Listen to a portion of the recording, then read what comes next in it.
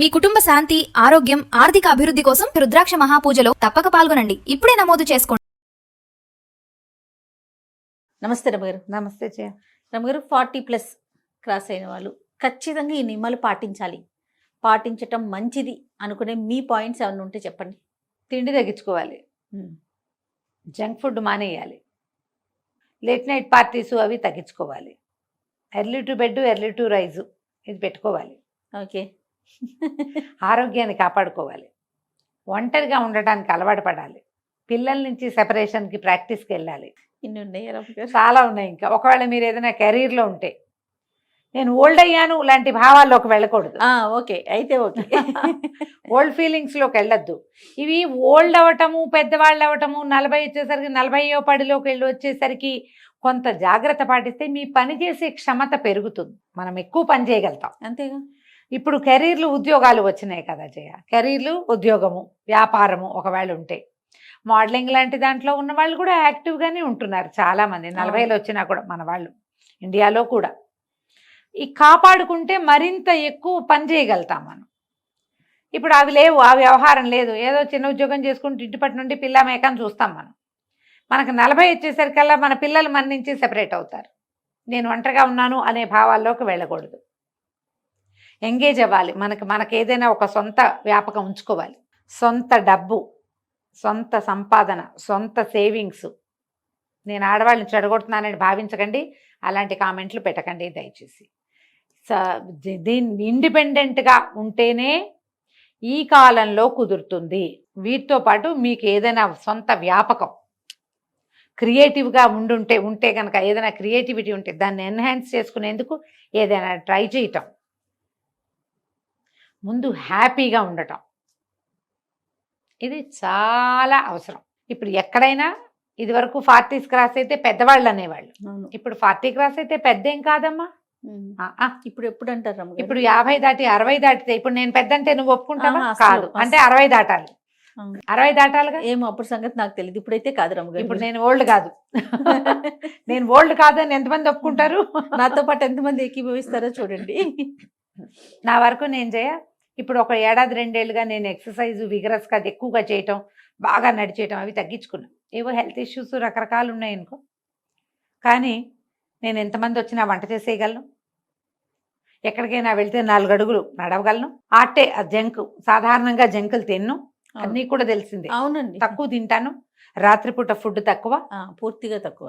మరి 1 గంట 2 దాకా పార్టీలు వ్యవహారాలు ఏదైనా పెళ్ళికి వెళ్తే ఏదో 11, 12 అవుతుంది, కానీ సాధారణంగా 11, 11 నిద్రపోతాను. నేను యాక్టివ్గానే ఉన్నానని నేను భావిస్తున్నాను. నాకంత మూమెంట్స్ స్లో అవ్వాల. అవును అవును, నాకు ఫాస్ట్ మూమెంట్సే ఉన్నాయి. నేను గబగబా పని చేసేయగలను. అమ్మో ఇదంతా నేను ఎక్కడ చేస్తాను లాంటి భావాలు లేవు నాకు. నా వల్ల కాదు, చేయలేను. ఏవో నొప్పులు గిప్పులు కనపడుతున్నాయి అప్పుడప్పుడు, మెనపాజ్ వల్ల కనిపిస్తాయి కదా. ఉన్నా కూడా నేను పని చేయలేని పరిస్థితి అవి నాకు లేవు. ఇంకా నేను అనుకుంటాను లోపల ఉంది ఇది, హెల్దీగా ఉన్నాను నేను లోపల నుంచి. స్ట్రెస్లు వస్తాయి నాకు కూడా, నేను దాన్ని బీట్ చేస్తా. డిప్రెషన్స్ వస్తుంటాయి నాకు కూడా, చాలా డిప్రెస్డ్గా అయ్యాను. ఇదంతా ఏమిటి ఈ జీవితం అలా అనిపిస్తుంటుంది. దాన్ని లాగి పక్కన పారేస్తూ ఉంటా.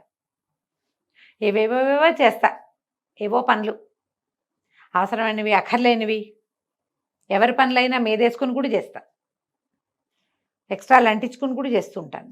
వాటి వల్ల ఏంటంటే ఎంగేజ్ అవుతాను. చాలా ప్రధానమైంది ఎంగేజ్ అవుతాను. నేను ఇంత బిజీ స్కెడ్యూల్స్లో ఉన్నా నాకు కూడా లోన్లీనెస్ వస్తుంది.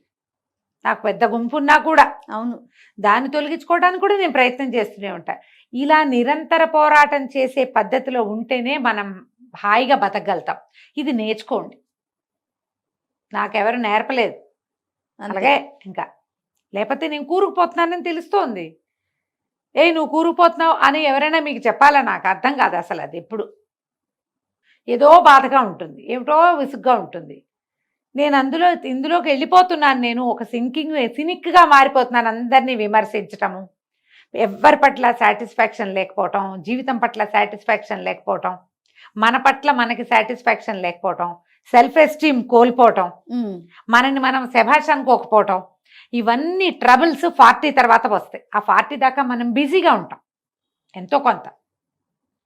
ఇక్కడి నుంచి మన లోన్లీనెస్, మనకి జనాలతో సెపరేషను, ఆ శరీరం కొంత సహకరించకపోవటము, కాస్త బ్యూటీ వ్యవహారాలు కొద్దిగా మేకప్ పెరిగి బ్యూటీ తగ్గడము ఇవన్నీ వస్తాయి. ఇవి వచ్చినప్పుడు మనం ఏం చేస్తామంటే మన మీద మనకి సాటిస్ఫాక్షన్ పోతుంది. అది పెంచుకోండి. ఓకే, ఎలా ఉన్నా సరే మనని మనం యాక్సెప్ట్ చేయకపోతే, మననే మనం యాక్సెప్ట్ చేయకపోతే ఎవడు చేస్తాడు మనని? వాళ్ళు ఎవరో ఎందుకు చేయాలి? ముందు మనం చేయాలిగా. కరెక్ట్. మనని మనం శభాష్ అనుకోవాలి. వెరీ గుడ్, నేను బాగా చేశాను అనిపించాలంటే నువ్వు బాగా చెయ్యాలి ముందు. అది ఏమైనా చెయ్యాలి. ఇది చేయకపోతే కష్టమేనమ్మా. చేయకపోతే మనం బయటపడలేము వీటిలోంచి. ఎందుకంటే మనకి సమాజాలు చిన్నవి జయ.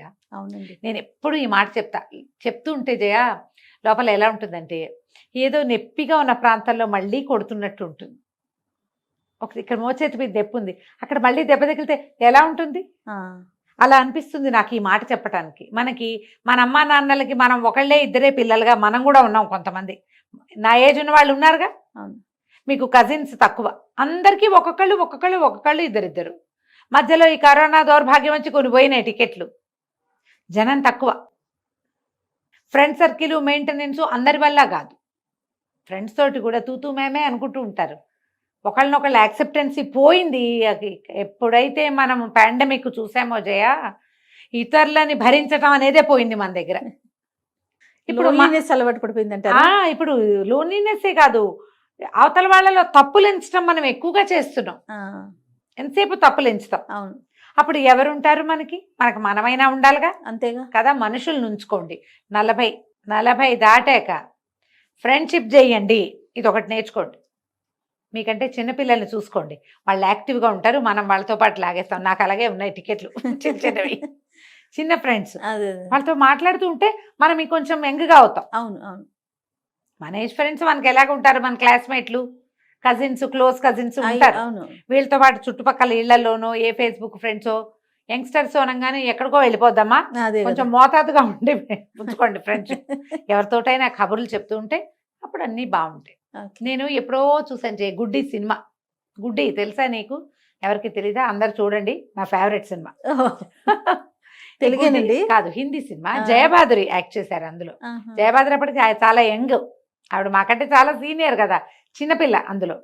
అందులో ఒక ప్రార్థనా గీతం ఉంటుంది. సబ్కో మన్కో శక్తి దేనా మన విజయ్ కరే, దూసరో కే జైసే పెహలే ఖుద్ కో జై కరే. ఇది ఆ పాట. అపని మన్కో శక్తి దేనా మన విజయ్ కరే, మన మనసు విజయం చేయాలి. ఈ పాట ఎంత బాగుంటుందో, నేను అసలు బాగా పాడలా, ఎంతో బాగుంటుంది. ఆ 2 వాక్యాలు నాకు చాలా చిన్నప్పటి నుంచి ఇష్టం. నాకు హిందీ వచ్చిన అర్థమయ్యే నాటికి చూసిన సినిమా అది. ఎవరినో జయ కాదు, ముందు నీకు జయకారం చేసుకో. నిన్ను నువ్వు శభాష్ అనుకునే లెవెల్లో నువ్వు ఉండు. అంతే. నువ్వు ఏడ్చినట్టుండి ఏదో ఒకటి చేసేసి శభాష్ అనుకోవద్దు. బాగా చేసి, బాగా ఉండి, మనిషిగా ఉండి, సరైన వ్యక్తిగా, మంచి తల్లిగా, మంచి సోదరిగా, మంచి భార్యగా, మంచి యజమానిగా, మంచి ఉద్యోగిగా ఉండడానికి ట్రై చేయి. నిన్ను నువ్వు గొప్ప చేసుకో, నిన్ను నువ్వు శభాష్ అనుకో, నిన్ను నువ్వు సంతోష పెట్టుకో. దీనికోసం ఇతరులను బాధ పెట్టకూడదు. అది డెవలప్ అయింది ఇప్పుడు. నువ్వు హ్యాపీ అవ్వాలంటే వాళ్ళు ఏదైనా అని నువ్వు హ్యాపీ కాదు, నువ్వు అచీవ్ చేసి హ్యాపీ ఫీల్ అవ్వు. గుడ్డి సినిమా వెతకండి అందరూ, ఈ పాట కోసం వెతకండి. అబ్బో భలేగా ఉంటుంది పాట, చాలా బాగుంటుంది. అసలు ఆ 2 వాక్యాలు చాలు, ఇంకేం వద్దు. మన పట్ల మనకి డిస్సాటిస్ఫాక్షన్ ఉంటే దాన్ని పోగొట్టుకోండి. స్ట్రెస్ రిలీవ్ అవ్వడానికి ఏదైనా చేయండి, ఎనీథింగ్. మిమ్మల్ని గోతుల్లో పడేసే వాటిలోకి వెళ్ళొద్దు. సెల్ఫ్ ఎస్టీమ్ని కోల్పోకుండా, నీ కుటుంబ మర్యాద, పరువు, పద్ధతి పోకుండా, చెడకుండా, వాటిని పాడు చేసుకోకుండా, మరి మీరు ఎక్కడికో దిక్కండా పైన మనకు అందని ఎత్తులు ఎక్కడానికి ట్రై చేయండి. డెఫినెట్గా. ఇది 40 తర్వాత ప్రతి వాళ్ళు అసలు మనం ఏమిటి, ఎలా ఉన్నాం, ఏమిటి మన సంగతి, ఏమిటి ఈ పీరియడ్స్, ఏమిటి ఈ రకరకాల ప్రాబ్లమ్స్, ఏమిటి ఈ హెల్త్ ఇష్యూస్ ఎందుకు వస్తున్నాయి, దానికోసం మనం ఎక్సర్సైజ్ చేయాలా, డాక్టర్ని చూడాలా, జిమ్కి వెళ్ళాలా, యోగా చేయాలా, ఏదైనా ప్రాణాయామం చేయాలా, ఏదైనా థెరపీ తీసుకోవాలా? ముందు మీరు ఆలోచించండి. మీకు చేత కాకపోతే మాలాంటి పెద్దక్కైన ఎవరైనా కనుక్కోండి. తప్పకుండా రమ్మగారు, అప్పుడు ముందుకెళ్ళండి, బాగుంటుంది. ఖచ్చితంగా. నమస్తే అండి. నమస్తే జయ.